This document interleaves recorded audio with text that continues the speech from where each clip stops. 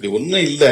ஆனால் அவன் ஹாஸ்பிட்டலில் போய் இப்படி படுத்து நாடகம் ஆடுறாங்கிறத சொல்றதுக்காக நான் என்ன சொன்னேன், ஒரு 4 தட்டு தட்டினாங்க, ஒழுங்கா கூட அடிக்கல, ஆனா அவன் போய் படுத்து கிடக்குறான். இதான் அது கண்டென்ட், அதனுடைய பொருள். திருமாவளவன் பாரு வன்முறையை தூண்டுகிறார், இப்ப அடிக்க சொல்றாருல, இவரு இப்படி பேசுறவர் அப்ப அடிக்க சொன்னது உண்மைதானே அப்படின்னு ரெண்டையும் காரலேட் பண்றாங்க. இப்ப வீடியோ கிடைச்சிருக்கு, ஃபுட்டேஜ். அவங்க பேசின வாய்ஸ் எல்லாம் மியூட் பண்ணிட்டு கொடுத்துட்டாங்க. உள்ள என்ன பேசுறாங்க சும்மா ஒரு 30 செகண்ட்ஸ்க்குள்ள எல்லாம் நடந்து முடிஞ்சு போகுது. 30 நொடிகள்ல அவன் ஓடுறான். உள்ள போயிட்டு 53 நிமிஷம் அந்த பார் கவுன்சில்ல இயல்பா இருக்கிறான். அங்க போறான், இங்க வரான், அவரை பாக்குறான், இவரை பாக்குறான், உட்கார்றான், பேப்பர் படிக்கிறான், எழுதுறான், நல்லா ஆரோக்கியமா இருக்கிறான். போலீஸ் வாப்பான்னு ஸ்டேஷனுக்கு கூப்பிட்டு போறாங்க. ஸ்டேஷன் போட்டும் பொத்துன்னு கீழே விழுந்துட்டான். அப்படி உடனே ஆம்புலன்ஸ் கூடுங்க, ஆம்புலன்ஸ் கூப்பிடுங்க, ஆம்புலன்ஸ் கூப்பிடுங்க கத்துறாங்க. உடனே ஆம்புலன்ஸ் ஏத்திட்டு போறாங்க. போய் அங்க டியூப் வைக்கிறாங்க, கழுத்துல பேடு போடுறாங்க.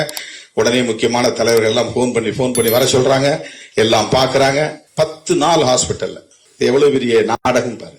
இதனுடைய நோக்கம் என்ன? அந்த தனியார் தொலைக்காட்சியில காட்டின வீடியோவுக்கு அடுத்து 35வது நிமிஷத்துல அண்ணாமலை ட்வீட்.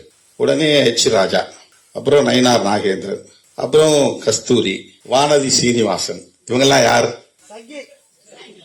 அவ்வளவு பேரும் சங்கிகள். அப்ப திருமாவளவனை எதிர்க்கக்கூடிய அத்தனை பேரும் ஒரே கான்செப்ட்ல இருக்கிறவங்க.